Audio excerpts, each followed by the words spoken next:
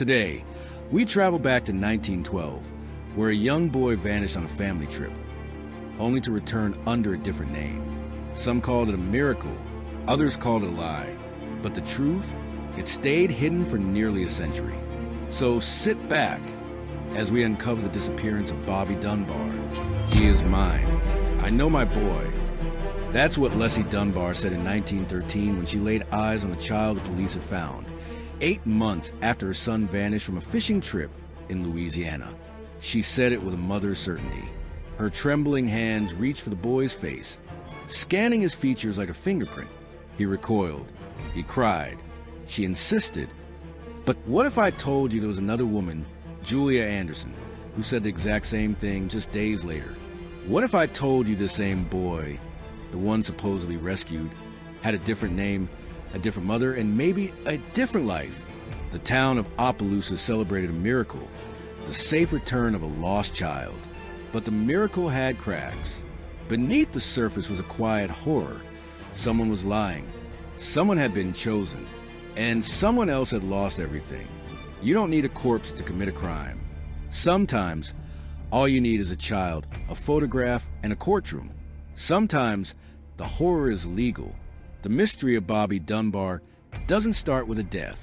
It starts with mother's embrace and the wrong child in her arms. Picture the American South in 1912, hot, swampy, and just sophisticated enough to invent new ways to ruin people's lives. The town of Opelousas, Louisiana, sat nestled in that humid purgatory between progress and superstition. Folks still talk about curses. People still trusted blood over facts. And the law had more in common with local gossip than actual justice. This was a time when photographs were rare, identification was guesswork, and children, especially poor ones, could disappear without a trace. There were no Amber Alerts, no DNA swabs, no forensic pathologists whispering truth into a microscope. There was just belief. And belief is a dangerous thing in the hands of a desperate town. The Dunbars were not poor. Percy and Leslie were well off, white, and respected. That meant something. It meant that when their son vanished, the entire region responded, not just with concern, but with assumption. If a child like Bobby Dunbar could vanish from a Sunday fishing trip, then something evil must be out there, lurking just beyond the cypress trees. This wasn't just about a boy. It was about a town's identity, about order, about panic masquerading as purpose. And when a suspect appeared, when a strange man was spotted traveling with a young boy, the town snapped like a mousetrap. They didn't just want Bobby back. They needed him to be back, even if they had to conjure him. So when the authorities found a child and asked, "Could this be Bobby?" they weren't really asking. They were hoping, and hope in this world can blind you faster than fear. Before he vanished, Bobby Dunbar was 4 years old, full of noise and mud, and the kind of joy that doesn't yet know what it has to lose. His hair was light, his eyes wide, and his face so classically cherubic it could have been carved on a gravestone by an overly sentimental sculptor. But here's the thing about toddlers: they're mutable. Change their haircut, their clothes, their mood, and they become someone else entirely. A fact that would later become the most chilling twist in this entire story. The Dunbars doted on Bobby. In photos, he's the center of the frame, sometimes squinting into the sun like he doesn't quite trust it.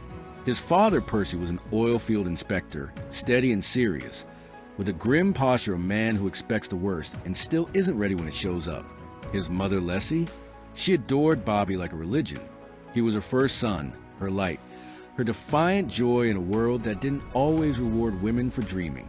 And yet, for all their love and comfort, there was something fragile in the way they held him, like they already feared he wouldn't last. On August 23rd, 1912, they took a trip to Swayze Lake. Family outing. Fish and leisure and southern heat pressing down on their shoulders like God's own sweat. That was the last place Bobby was seen. One moment he was playing near the water, and the next he was gone. No scream, no splash, no sign, just absence. In that terrifying vacuum, Bobby Dunbar stopped being a child and became a symbol. A missing boy in a time when missing meant probably dead. And yet, the way the town responded felt different. Not just grief, but vigilance. The kind that says, "We will bring him back." Not we'll find him. Not we'll bury him. Bring him back. As if fate could be reversed by sheer will. But what if they did bring back someone? What if it just wasn't Bobby? 8 months after Bobby Dunbar evaporated into the swampy breath of Swayze Lake, a man was spotted traveling through Mississippi with a young boy in tow. He was a tinker, a term polite society used for a man with no fixed address, no fixed job, and no fixed value to the police. His name? William Walters. His mistake? Being poor, itinerant, and near a white boy the South had decided belonged to someone else. It wasn't subtle. Locals in Columbia looked at Walters, then looked at the kid and said, "That's Bobby Dunbar." Because of course, who else could he be? Walters insisted the child was Bruce Anderson, the son of a woman named Julia who'd entrusted the boy to him while she looked for work. It sounded plausible, logical, even, but it wasn't the answer people wanted. So the police arrested him. Not for kidnapping. No. That charge would come later, once they were sure they had a crime. First, they just threw him in jail for suspicion. Suspicion of what? Of existing with a child during someone else's tragedy. They wired the Dunbars. And when Leslie arrived to identify the boy, the scene didn't unfold like a warm reunion. The child, who had been paraded like a sideshow, flinched at her touch. He didn't recognize her. He cried. He pulled away. Leslie left, shaken. But then, and this is where it gets weird, she returned the next day. This time, she brought a haircut, some new clothes, and whatever maternal certainty she'd brewed up overnight. And now she was sure this was her Bobby. Was it grief? Hope? Manipulation? Or had she stared so long into the hole her child left behind that she was willing to fill it with any boy who fit the outline? The town didn't question her. They celebrated. Reporters called it a miracle. A fairy tale ending on a dirt road soaked in sweat and paranoia. But miracles don't leave other women behind. Because just days later, Julia Anderson arrived. And she said, "That's my son." Julia Anderson walked into the courtroom like an unwelcome ghost. Young, poor, unmarried, and worst of all certain, she had come for her son. She said the boy was hers, not the Dunbars. That his name was Bruce, not Bobby. That she had let William Walters take him temporarily, trusting him as a friend of the family. That the newspapers had gotten it all wrong. And for a moment, the courtroom trembled, because when she saw the boy, her face did that thing a mother's face does when recognition detonates behind the eyes. But the boy, he hesitated. He didn't run into her arms. He looked confused, maybe even scared. And the people watching, already sold on the miracle, decided hesitation meant guilt. Or worse, delusion. So they tested her. Yes, like a goddamn lineup. They brought in 5 boys. One of them was Bobby. She was supposed to pick him out. She failed. She chose wrong. Because here's what they didn't tell the crowd. Julia hadn't seen her son in over a year. She was illiterate, under pressure, and emotionally sucker-punched by the weight of the room. And meanwhile, the Dunbars had already spent days with the boy, feeding him, bathing him, calling him Bobby, until it stuck. Imagine someone telling you that your child had a new name, a new mother, and didn't remember you. Then imagine being told you had to prove yourself. That's what Julia was up against. A courtroom rigged with sentiment, class, and the poisonous gravity of public opinion. And yet, beneath all the doubt, there were cracks. The child, now Bobby, still didn't seem quite right. Neighbors noticed. Some whispered that he looked different. Others recalled scars Bobby had that this boy lacked, or that this boy had scars Bobby never did. But facts are funny things when emotion is louder. By the time the newspapers were through, Julia wasn't a grieving mother. She was a promiscuous servant girl, a fallen woman who'd let her son wander off with a tinker. Her grief was inconvenient. And inconvenient women don't win custody battles in 1913. Let's talk about justice, Southern style, where truth is just another flavor of local tradition, and evidence is whatever survives the heat. William Walters was put on trial for kidnapping, and the state came at him like they'd already engraved a plaque for his guilt. Their case? Thin as a dragonfly wing. But that didn't matter. They had a grieving mother, a reunited boy, and a town that needed this to be Bobby, needed a villain, needed closure. Walters, for his part, swore he was innocent. He brought witnesses, real ones, like people with eyes and memories. They testified that they'd seen him with Bruce before Bobby ever disappeared, that Julia had given him the child voluntarily, that this entire case was a grotesque misunderstanding wrapped in the kind of hysteria that can only thrive in a courtroom built on myth. The defense even offered a horrifying possibility, that Bobby Dunbar had, in fact, drowned in Swayze Lake, that what everyone was calling hope was really just avoidance, because facing a real death is harder than faking a resurrection. But the prosecution scoffed, and the town, they heard witnesses and thought conspiracy. They heard Julia Anderson and thought unfit. They heard reasonable doubt and screamed, "How dare you?" So Walters was convicted, and the boy, he was given, formally, legally, and forever, to the Dunbars. Let that sink in. A child whose identity was contested, confused, and uncertain was assigned a life by court order, as if children were puzzles to be solved, not people to be understood. But theories still swirled. Some whispered that the Dunbars had known the boy wasn't theirs, but they'd been too far in, too ashamed, too broken to back out. Others said Leslie had simply convinced herself through sheer grief-driven willpower, a kind of emotional Stockholm syndrome, with fate as a captor. And then there were those who believed Julia, believed Walters, believed the courts had stolen a child, wrapped it in respectability, and handed it to the side with more money, more whiteness, more power. But the loudest voice wasn't fact. It was belief. And belief had chosen Bobby. Even if Bobby wasn't Bobby. This is the part where the story frays, not into clarity, but into madness. You want a turning point? Fine. Let's look at what happened after the court handed Bobby to the Dunbars and locked William Walters behind bars. The Dunbars brought the boy home. They raised him, fed him, clothed him, loved him. Or maybe just convinced themselves they did. Because even as the years went on, little things kept leaking through. He didn't remember the Dunbar family, didn't recall the house, had no familiarity with local relatives. They chalked it up to trauma. Convenient. How trauma could be used as both diagnosis and disguise. And the boy himself? He grew up, went to school, got married, had kids of his own. He lived his entire life as Bobby Dunbar. He believed it, or wanted to, or didn't know how not to. But privately, the cracks never closed.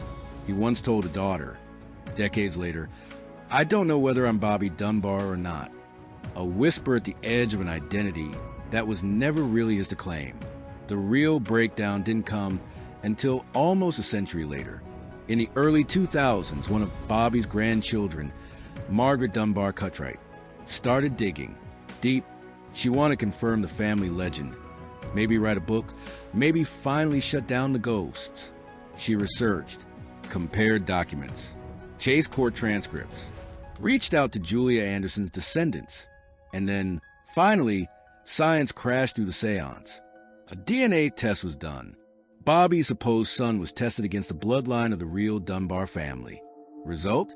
No match. Not even close. It wasn't Bobby. He was Bruce Anderson, the boy the courts had ripped away from Julia, the man who'd lived under a name that never belonged to him. So, what's the turning point? That the truth came out? Or that it didn't matter? Because by the time the DNA spoke, the world had already moved on. The lie had been lived.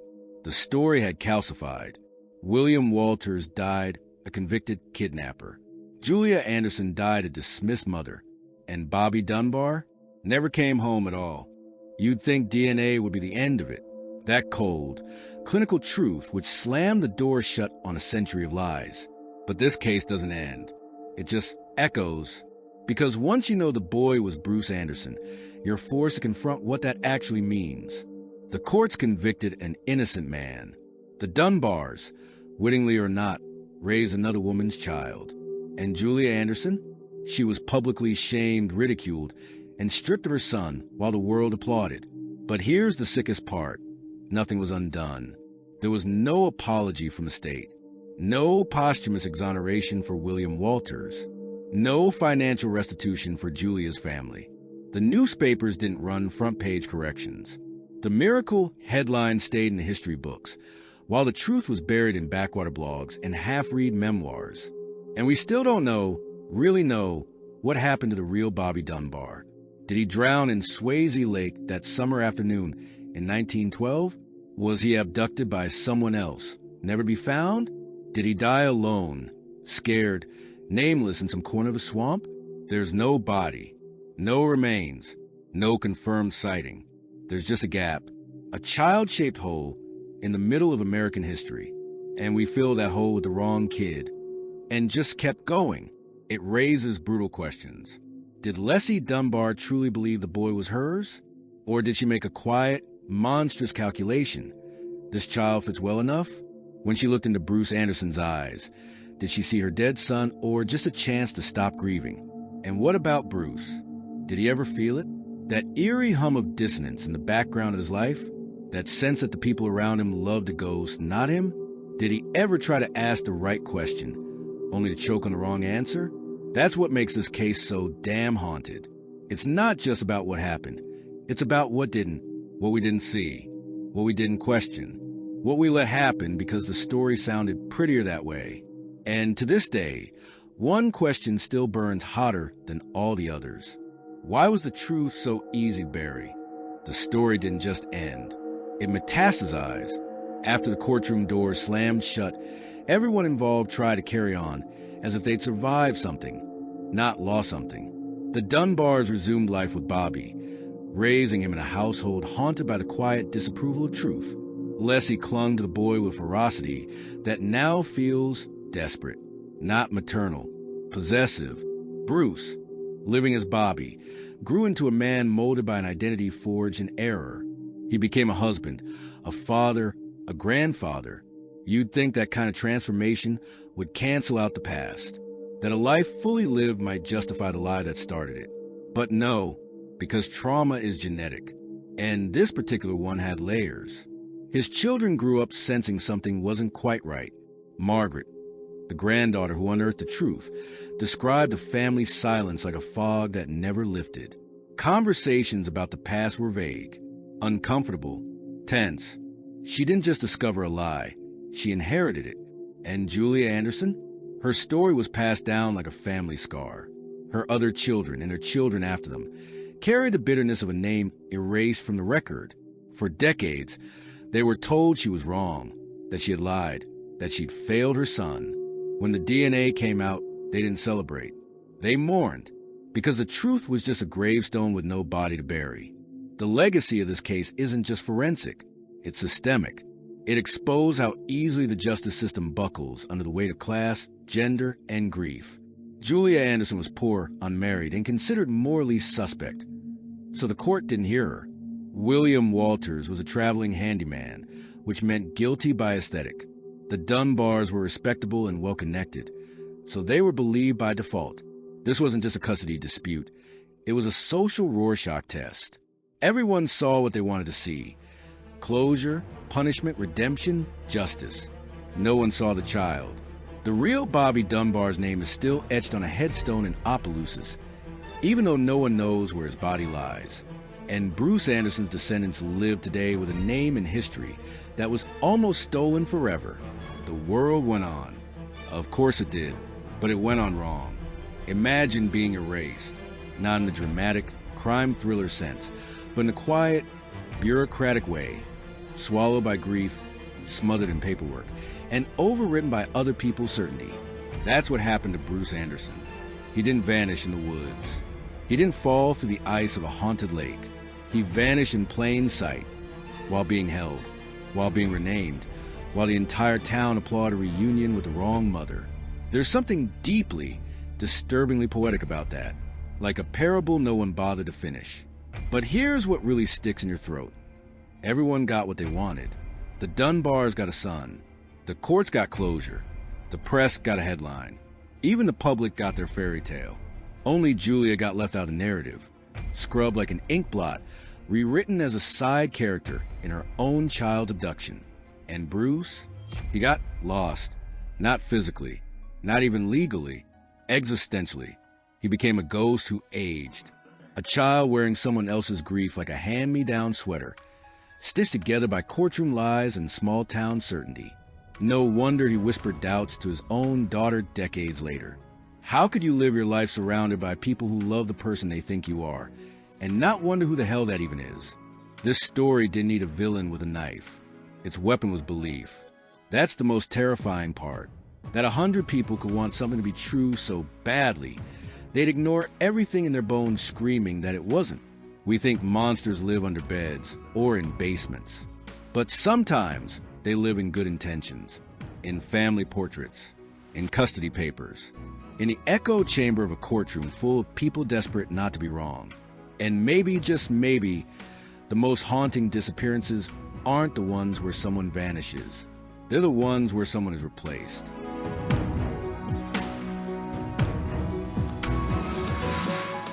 Hello, everyone, and thank you so much for listening. As usual, please leave any comments or feedback you may have, and I hope to see you all again in the next case.